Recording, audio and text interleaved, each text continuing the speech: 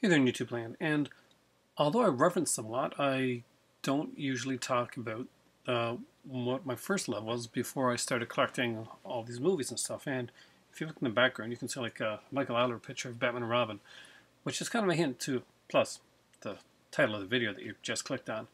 It's about comic books. And this time, for this segment here, I want to talk about some of my hardcover comics that I have in my collection, some favorites of mine. So to ensure that I was going to do that and possibly give myself a hernia, I went for hardcover first rather than my softcover ones, which I will do later on, maybe tonight even. So, before I start, Enready just did a really cool video. It was a video response to really cool one that Felligar 5 and 7 did, which I want to do a response to, but I've got to find stuff in my collection that I haven't seen yet that I know is going to be good. So I watch a lot of movies. That's my problem. But there's got to be ones there. So if you've not seen Enready's latest video, his response to Falliger's video, that we have both, definitely check them out. So let's get started on hardcover comic books, because this is not going to be a long one, I don't think, but it's going to be a heavy one. At least for me. First up is a comic that was partially written by, John Cleese. Kind of a different type of comic artist, a comic book writer than a usual Monty Python. So I had to pick this one up, and I was really surprised that it was actually, I shouldn't have been surprised that it was actually as funny as it was, but it was a really good one. The artwork's amazing in it, and it's Superman True Brit. It's a very cool one. Love the art in this one here. It's just Superman, I guess. Another one of the Elseworlds ones, but in this one here, Superman is, he's a UK character. Next up is ones that you Flash guys are going to like. I hope you will anyway, a lot, and that is the greatest Flash stories ever told. So if you haven't really watched the Flash series, or if you are starting to watch the Flash series and you're getting into it, there's a lot of cool stories in here that I'm not sure if they relate to the newer Flash, but you get a kind of grasp of some of the characters. We got a Gorilla Grodd story in here. See if I can find that girl. I want to find the character that you guys would all be looking to see. Oh. And is he in here? Would he be around at this point? We got Green Lantern in here. We have the original Flash in here. This may actually be before Professor Zoom. Professor Zoom, as you guys know, is the Reverse Flash. But is it this early on? Probably not. It goes up as far as 87, so you would think there would be a Reverse Flash storyline in there, and the greatest Flash stories ever told. We do have a Vandal Savage story, which is actually pretty good, and How to Prevent a Flash. Some cool Elseworld stories. Some unique stuff, and just stuff that I really, really dig. Some great art here. Carrie Bates stories in here. Carrie Bates was a really good writer on Flash. And of course, there's some more classic Flash art. I guess I should show you the Flash himself. That's the Flash and a character by the name of the Trickster. You're going to see him with Mark Hamill playing the Trickster. He did it in the original 1990s Flash series too. But I think I spent just a little bit too much time there looking for Professor Zoom, so I apologize. Wizard put out a few Masterpiece editions as well, and this is my favorite.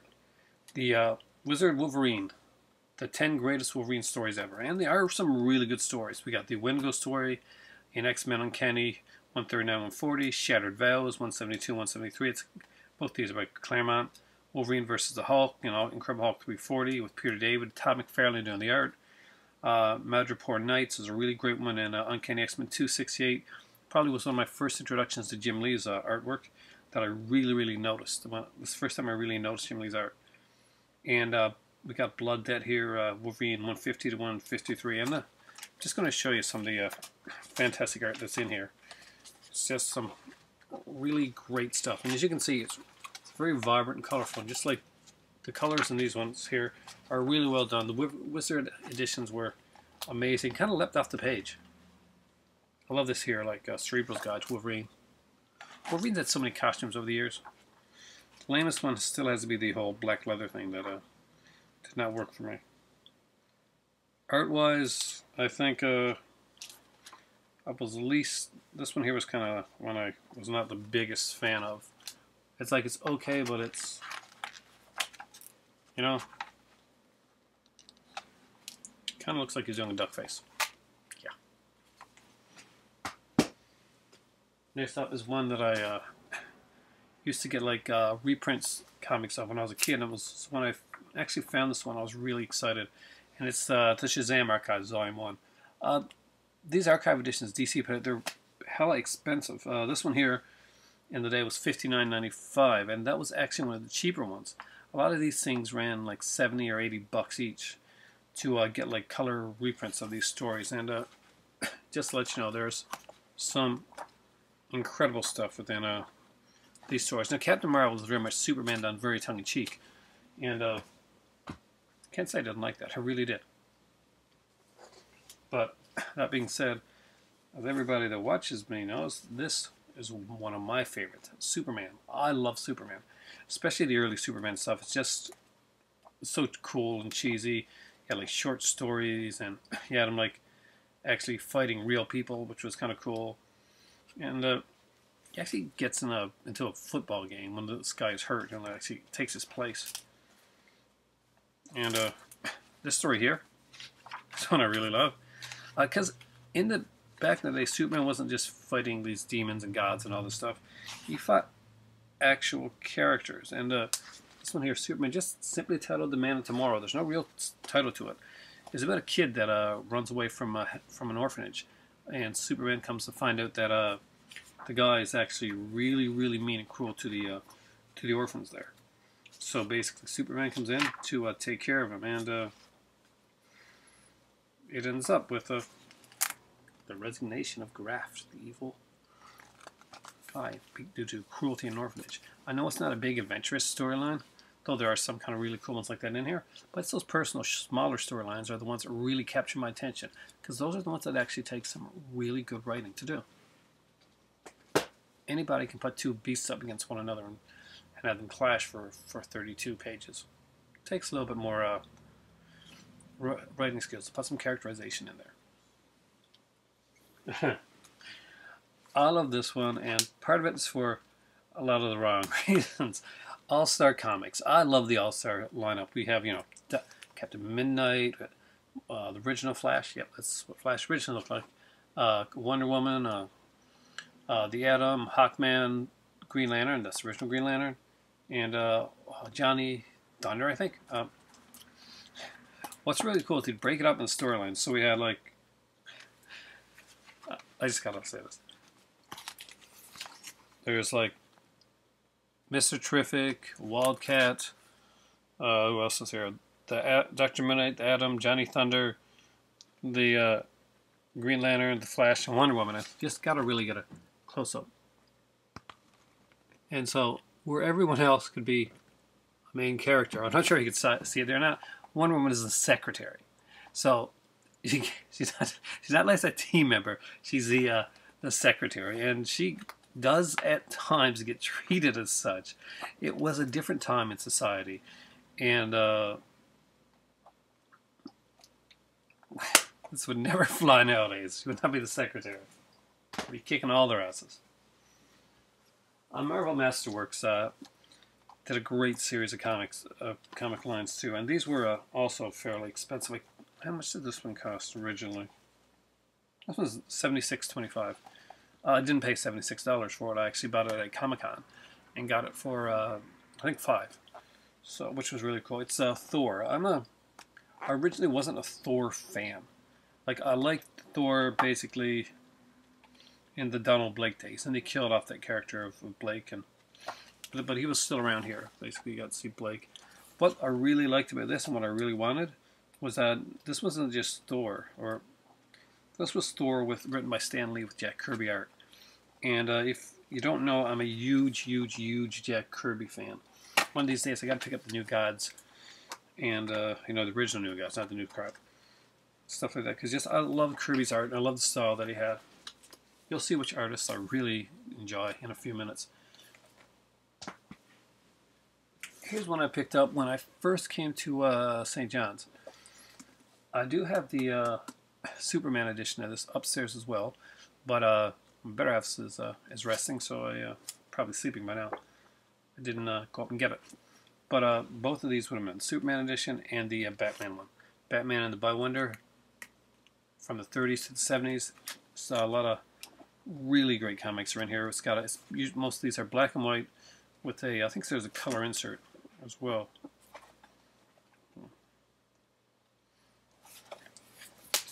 And just some really great stuff. I mean, you get some cool fantasy stories. You get the Joker. Find out you got Ace the Bat Hound, the original Ace. You see the Joker teamed up with, is that the one with Joker? Yeah, Joker and Luthor teamed up. Joker has his Joker mobile. And some great art in here as well.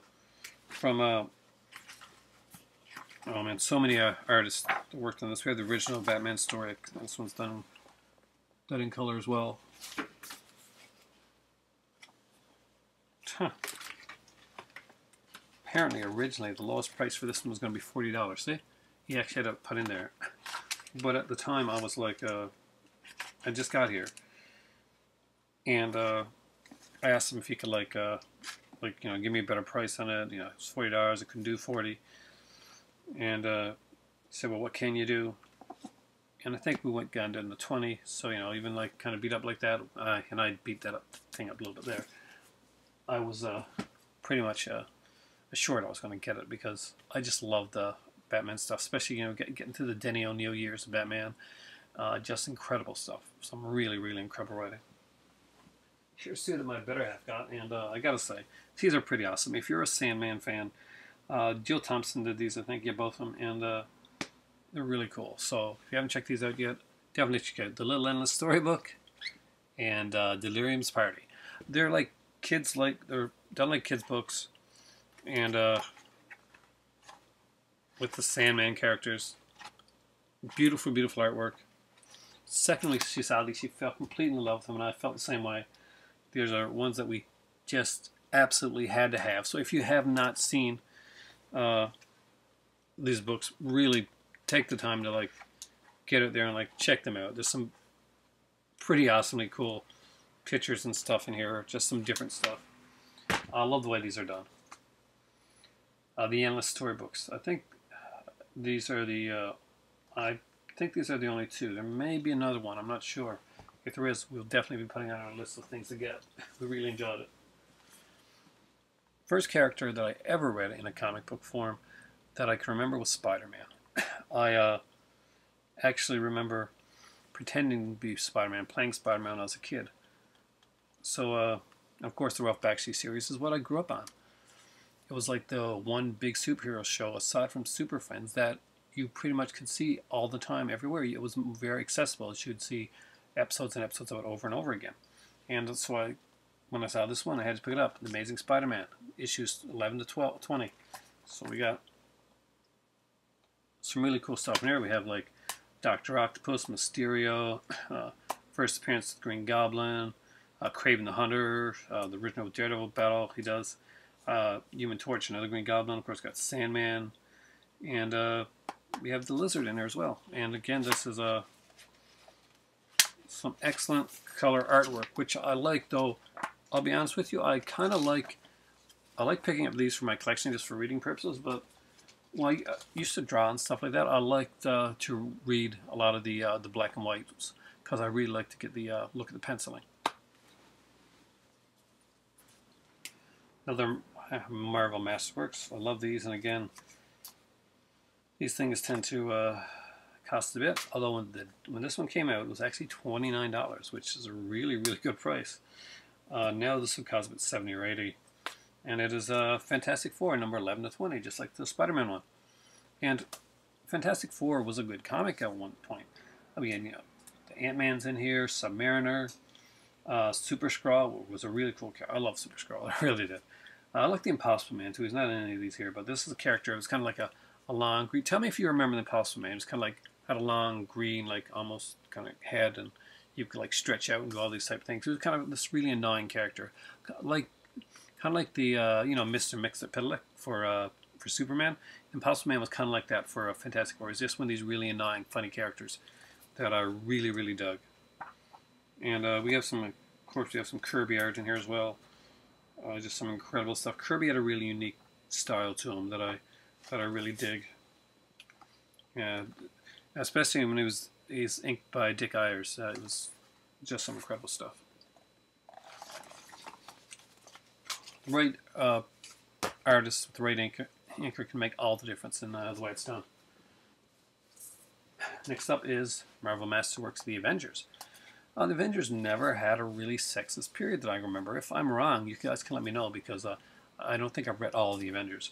But this one here is numbers 1 to 10. So this is actually the first 10 issues of the Avengers. So we get to see the... oh God, Loki is in the first one, because, you know, Loki helps start the Avengers. We got the Submariner, the Hulk. Captain America comes in issue number 4. Lava Man, Brian Zemo, and the Masters of Evil. Wonder Man, Kang the Conqueror makes his first appearance here, which is really cool. And just really, really cool storylines. Now, do not judge. I really like these. I like a lot of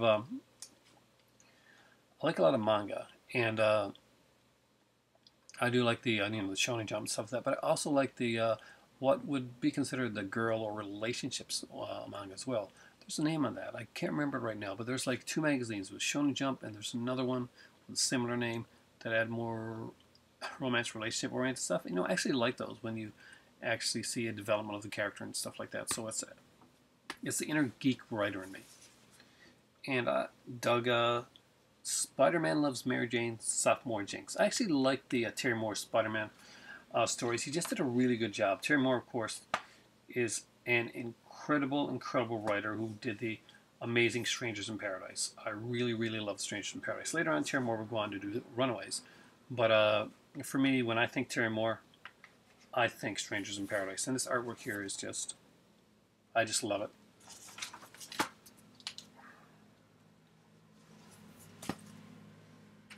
The next 3 kind of go together. They're Marvel Visionaries, and if you've ever seen the Marvel Visionary series, these are ones that I always look for, because it's my favorite comic series, like, of these type collectibles going. And just because they have such great stuff.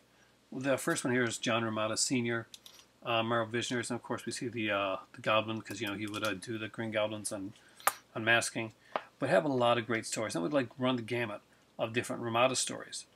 So you would get stuff like, oh man, you get stuff like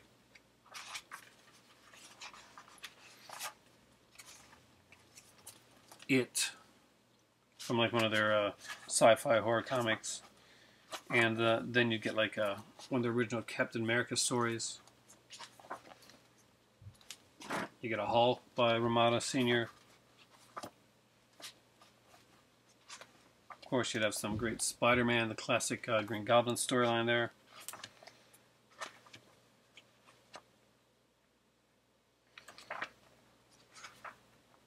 Fantastic Four, which he did some great work on Fantastic Four. And we'll go into the later Spider-Man stuff he did to get more into like political activism and stuff like that, which really became prevalent in the 70s. And he did one hell of a Mary Jane, guys. Romita Sr. is a really underrated artist, in my opinion. Next up was Roy Thomas. If you don't recognize Roy Thomas right away, you will when you see the artwork. He did a lot of great stuff. He actually started, I love the way they started some of these here. They started with some like rare stuff that they did, some rare stories. And this one here they did Modeling with Millie, a Millie the Model comic book, which is really cool to have. Of course, he worked on the Avengers. He was one of the definitive Avengers artists. Just look at this, couple of these Avengers pages here to kind of like see some of his work and style. I really like the stuff he did. So you're going to get a lot of Avengers in this one here, but you're going to see some other stuff as well. But like some fantastic, some original X-Men, which he worked on. Some, of course, some Captain Marvel, which he's known for as well.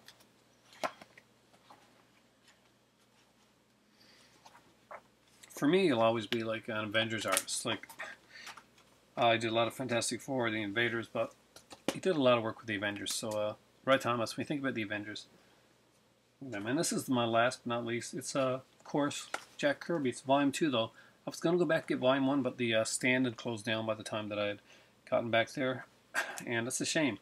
This has some really great stuff in it.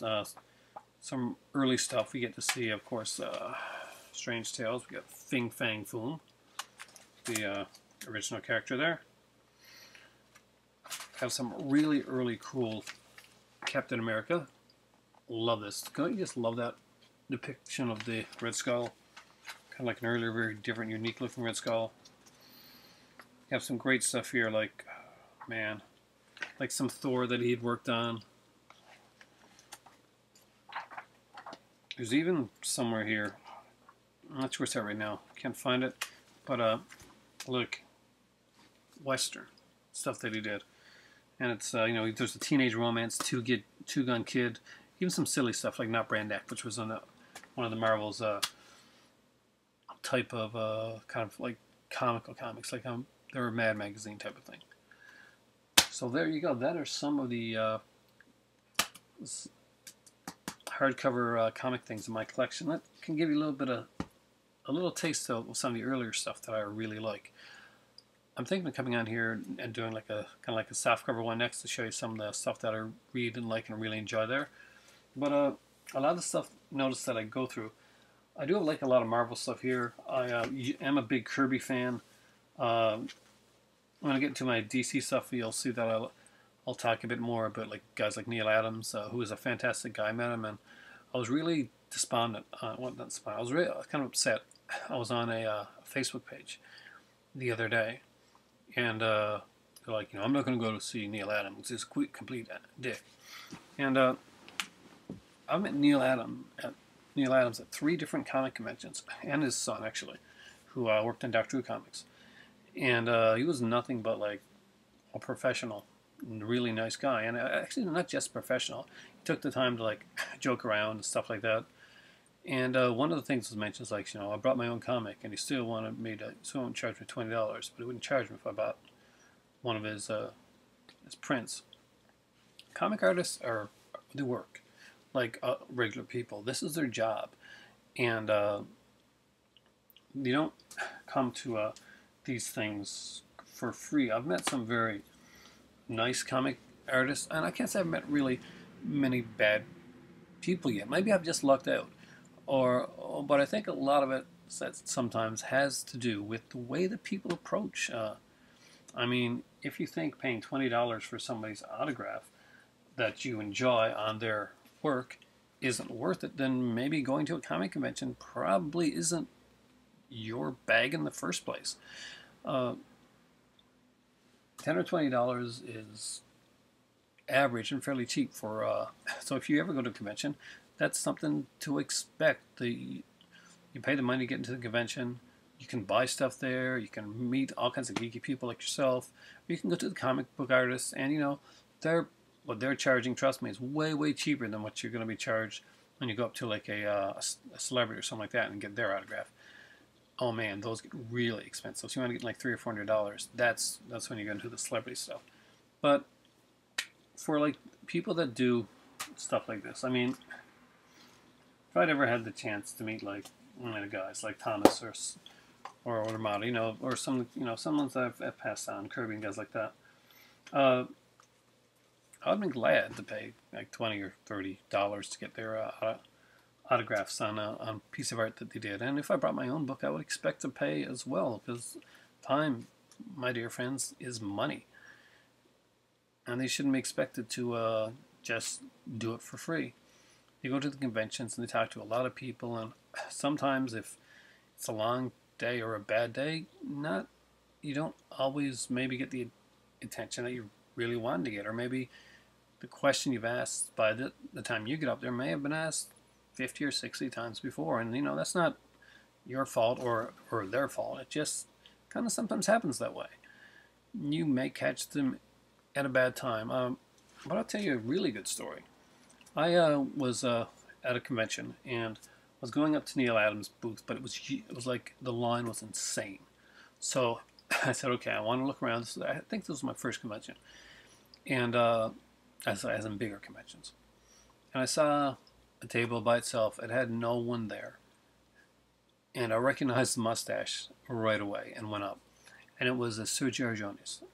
He you may know him for like things like Gru or Mad Magazine, or just his own comic book, Sergio Jonas Comics. Which, if you've never picked it up, I really recommend it. It is a fantastic comic. It's well written, well drawn. It has some comedy, and he actually puts in some autobiographical stuff there as well. It's a really good comic, and this will make you want to get more. Actually, Arjonis just basically, like a lot of them, they charge for their book and they'll autograph their comic or print, and so that's what he did. So he had $5 comics there, and if you bought a comic, you would autograph it. If you bought another one, you would autograph that. So I bought 4 comics. No, I thought I'd bought 4 comics, and he'd done the autographs. And we spoke for about 15 or 20 minutes. He didn't know I don't think he knew English like well, but he was really, really nice. And here's a guy that I thought of as like, when I think of like comic artists, I think of Arjonis as a legend. And I mean, really a legend when it comes to this type of stuff. I'd grown up reading Mad Magazine and like reading Groove and reading a lot of the stuff that he'd done.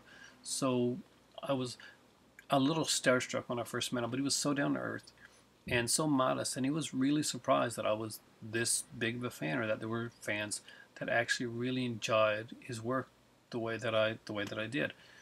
So we just talked for a little bit, and I went off, and I realized that I'd underpaid him, and actually I paid him like 20 when I should have paid him 25.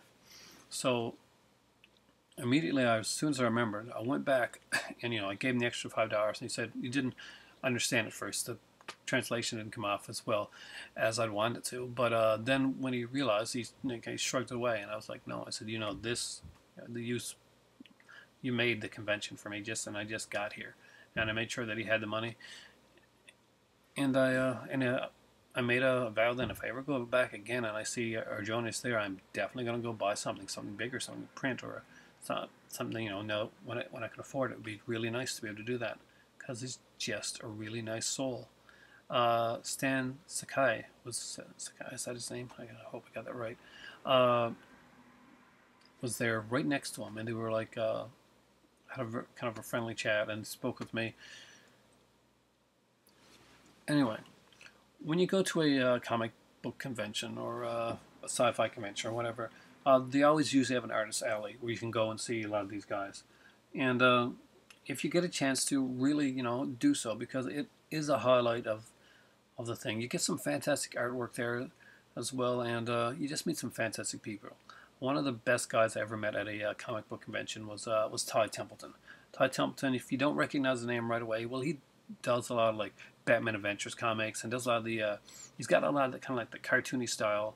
And we stood, me and my better half and him, and we talked for about 15-20 minutes, and he sketched a photo of Batman for me, like a headshot of Batman that I have like outside of my outside that door that you can't see, that I'm pointing at right there. But yeah, go to a comic convention expecting fun, having money, and don't go like I see some people go. I see some people going to conventions, sci-fi, horror, comic conventions, whatever, and they have their money, and they're in the lineup, and they're waiting, they're impatient, and they have a huge sense of entitlement that I find it's not just obnoxious, it annoys the hell out of me.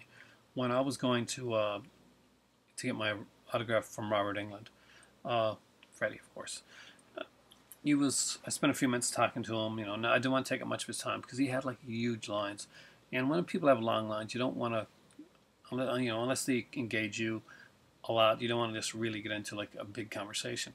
So we just talked a little bit about like Lon Chaney and what he thought of his work as well, and we'd seen Lon Chaney early on in a Life magazine that and he thought that was one of the factors of him doing the work that he did.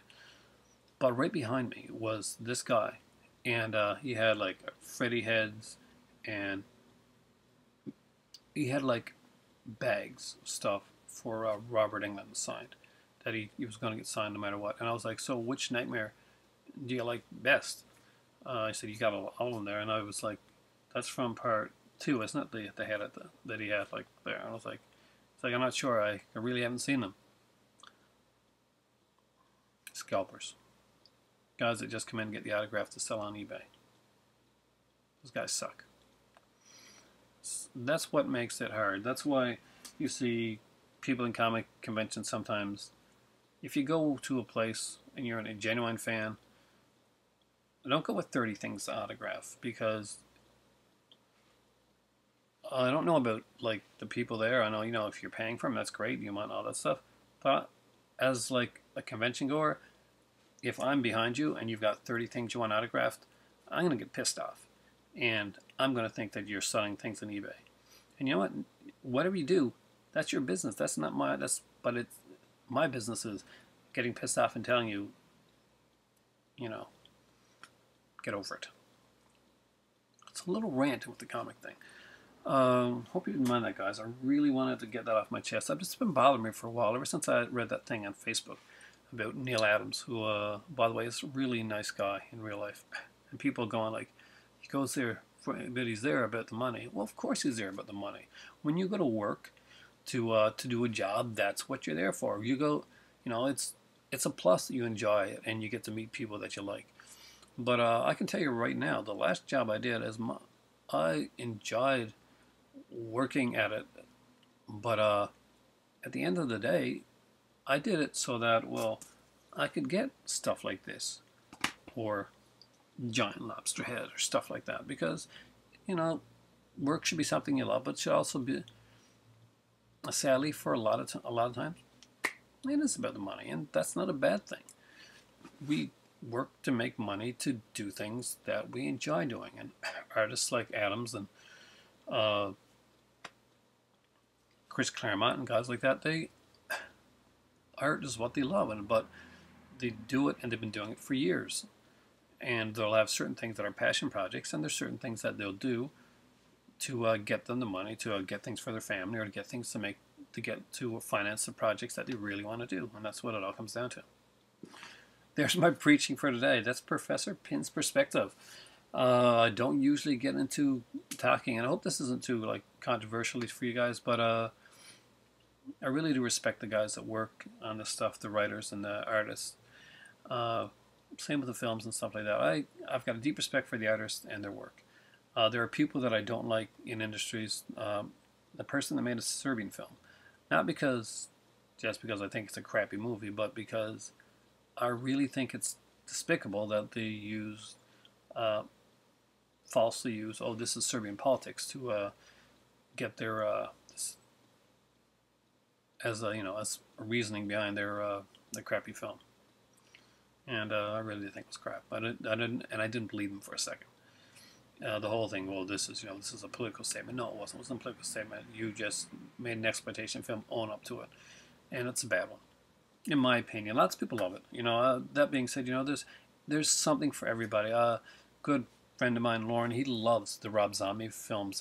I do like some of them. I don't like the Halloween ones. I really don't like Halloween 2. He really enjoyed it, and you know what? Me not liking it and doesn't not negate his enjoyment of it, or him enjoying it doesn't negate my hatred for it. It's just everybody's own entitled opinion. That's what it's fun about this thing. Everybody got different tastes and different likes, and that's why we have such a varied amount of art and artists. Me, Kelly Jones is one of my most hated artists. Other people like him, but man, Batman with a cape that looked like curtains, and Catwoman with those huge, oh. He's no Jim Lee. Read a comic, have a great night. Hi from the Giant Lobster Head. And for me, I've been talking for 30 minutes. It is time for tea. Support your local artists.